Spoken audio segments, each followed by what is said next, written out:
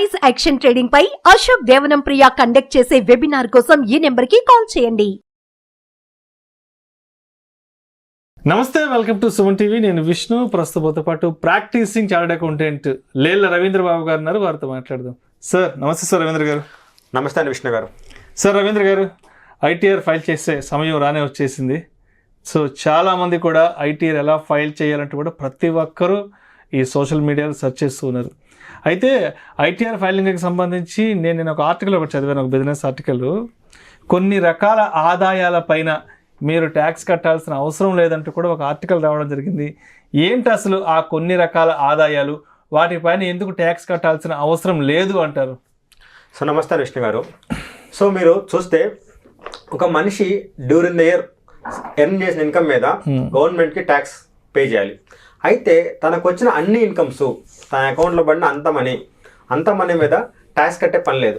So కొన్ని ఇన్కమ్స్కి government exemption ఇచ్చింది. వీటి మీద ట్యాక్స్ కట్టినా కట్టకపోయినా పర్లేదు, ట్యాక్స్ కట్టాల్సిన అవసరం లేదు.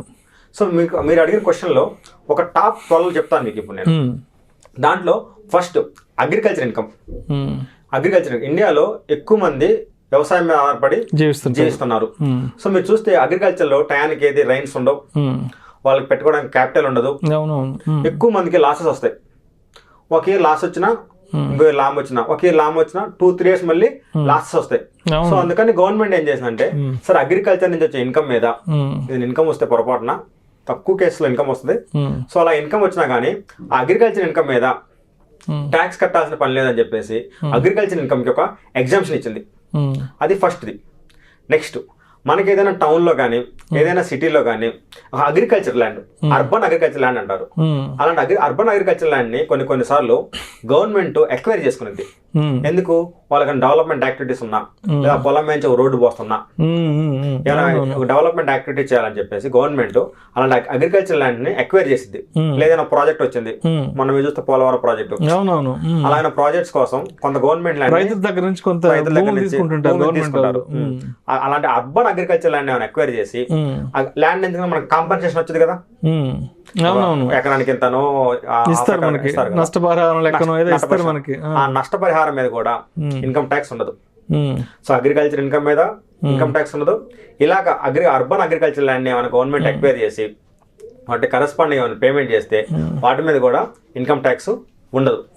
నెక్స్ట్, మన ఇండియాలో మన అందరం కూడా మన దగ్గర కొంచెం డబ్బులు మిగిలితే సేవింగ్స్ అకౌంట్ లోనో ఫిక్స్డ్ డిపాజిట్ చేసుకుంటాము. సేవింగ్స్ అకౌంట్ మీద వచ్చే ఇంట్రెస్ట్, ఫిక్స్డ్ డిపాజిట్ మీద వచ్చే ఇంట్రెస్ట్ ట్యాక్స్ కట్టాలి. కానీ అదే మన మనీని ఎన్ఆర్ఈ అకౌంట్ ఉండేది, నాన్ రెసిడెంట్ ఎక్స్టర్నల్ అకౌంట్ అని, ఎన్ఆర్ఈ అకౌంట్ లో పెట్టి దాని మీద ఇంట్రెస్ట్ వచ్చింది అనుకోండి, దాని మీద ఇంట్రెస్ట్ వస్తే ఆ ఇన్కమ్ మీద ట్యాక్స్ ఉండదు. ఎన్ఆర్ఈ అకౌంట్ మీద వచ్చే ఇంట్రెస్ట్ మీద ట్యాక్స్ ఉండదు. Normal savings account, fixed deposit వచ్చే ఇంట్రెస్ట్ మీద ట్యాక్స్ ఉండదు, కానీ ఎన్ఆర్ఈ అకౌంట్ మీద వచ్చే ఇన్కమ్ మీద ట్యాక్స్ ఉండదు.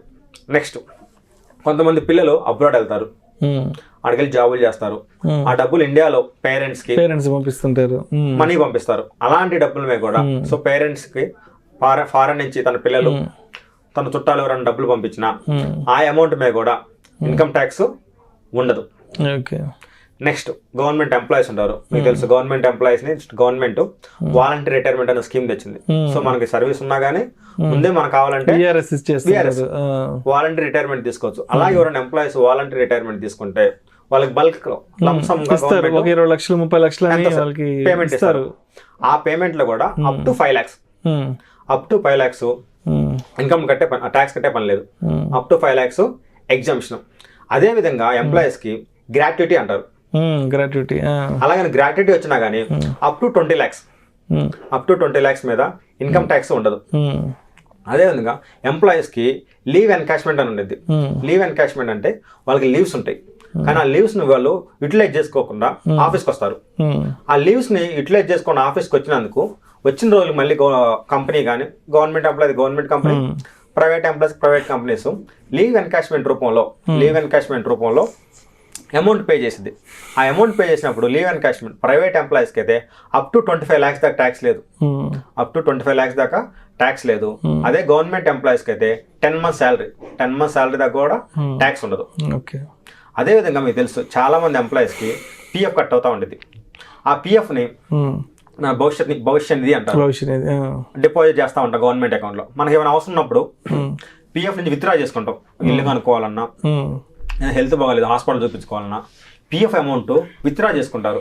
అలాగే ఏమైనా పిఎఫ్ అమౌంట్ విత్డ్రా చేసుకున్నా కూడా దాని మీద ట్యాక్స్ ఉండదు. ఓకే. నెక్స్ట్ ఎంప్లాయీస్కి ఇది అయిపోతే వాళ్ళ ఫ్యామిలీకి ఫ్యామిలీ పెన్షన్ వచ్చింది. వర్కింగ్ చేసే ఎంప్లాయీ ఏదైనా ఇబ్బంది జరిగితే వాళ్ళ ఫ్యామిలీ మెంబర్స్కి ఫ్యామిలీ పెన్షన్ వచ్చింది. ఆ ఫ్యామిలీ పెన్షన్లో కూడా 15,000 దాకా ఇన్కమ్ ట్యాక్స్ ఉండదు. అంటే ఎంత వచ్చినా అంత దాంట్లో 15,000 మీద మాత్రం ఇన్కమ్ ట్యాక్స్ ఉండదు. నెక్స్ట్ మన స్కూల్లో కాలేజీలో మెరిట్ స్టూడెంట్స్కి స్కాలర్షిప్స్ ఇస్తారు. రివార్డులు కానీ అవార్డులు కానీ అలా స్కాలర్షిప్స్ వచ్చినా వాటి మీద ఇన్కమ్ ట్యాక్స్ ఉండదు. నెక్స్ట్ మీరు ఫ్యూచర్ కోసం చాలామంది ఎల్ఐసి పాలసీలు, మ్యూచువల్ ఫండ్ పాలసీలు తీసుకుంటారు. ఒక 10 years తర్వాత 15 years తర్వాత ఆ పాలసీ ఏమైంది మెచ్యూర్ అయిపోయింది. మనకి పాలసీ అమౌంట్ ప్రకారం 15 లక్షలు 20 లక్షలు ఒక బల్క్ అమౌంట్ వచ్చింది. ఆ అమౌంట్ మీద కూడా ట్యాక్స్ ఉండదు. నెక్స్ట్ ఇంకా మీరు చూస్తే ఆర్మీలో పనిచేసే వాళ్ళకి ఏమైనా ఇష్యూ అయినా కానీ సెంట్రల్ గవర్నమెంట్ వాళ్ళకి కొంత అమౌంట్ ఇచ్చింది. పరమవీర చక్ర అలాంటి అవార్డులు ఇస్తా వాళ్ళకి కొంత అమౌంట్లు ఇచ్చింది ఆ కుటుంబానికి ఆర్థిక భరోసా కోసం. అలాంటి అమౌంట్ల మీద కూడా ఇన్కమ్ ట్యాక్స్ ఉండదు. నెక్స్ట్ మన 2-3 ఫ్రెండ్స్ కలిసి పార్ట్నర్స్ లాగా బిజినెస్ స్టార్ట్ చేస్తారు. పార్ట్నర్షిప్ ఫామ్ అంటారు దాన్ని. ఆ బిజినెస్ స్టార్ట్ చేసినప్పుడు ఆ పార్ట్నర్షిప్ ఫామ్ లో ప్రాఫిట్స్ వచ్చింది అనుకోండి, ఆ ప్రాఫిట్స్ ని ఈ పార్ట్నర్స్ పంచుకుంటే, పార్ట్నర్షిప్ ఫామ్ బిజినెస్ కి 1 లక్ష రూపాయలు ప్రాఫిట్ వచ్చింది, దీంట్లో పార్ట్నర్ కి ఒక 50,000 షేర్ ఇచ్చారు. ఆ ప్రాఫిట్ షేర్ ఇస్తే ఆ ప్రాఫిట్ మీద కూడా ట్యాక్స్ ఉండదు. ఇలాగా మన డ్యూరింగ్ ది ఇయర్ లో చాలా రకాల ఇన్కమ్స్ వస్తాయి. బట్ వచ్చిన ప్రతి ఇన్కమ్ మీద ఇన్కమ్ ట్యాక్స్ కట్టాల్సిన అవసరం లేదు. ఈ ఒక పని నేను చెప్పాను మీకు, ఈ టాప్ రెగ్యులర్ గా అందరికి వచ్చే incomes. Right. Thank you so much Ravindra Babu గారు. థ్యాంక్ యూ అండి విష్ణు గారు. ఎటువంటి ఆదాయ వనరులపైన ట్యాక్స్ కట్టాల్సిన అవసరం లేదు అనే అంశం గురించి చాలా చక్కగా మీ యొక్క అనాలిసిస్ని మన ఆడియన్స్కి తెలియజేశారు. Thank you so much sir. Thank you అండి. సుమన్ టీవీలో మీ పర్సనల్ అండ్ బిజినెస్ ప్రమోషన్స్ కోసం కింది నెంబర్కి కాంటాక్ట్ చేయండి.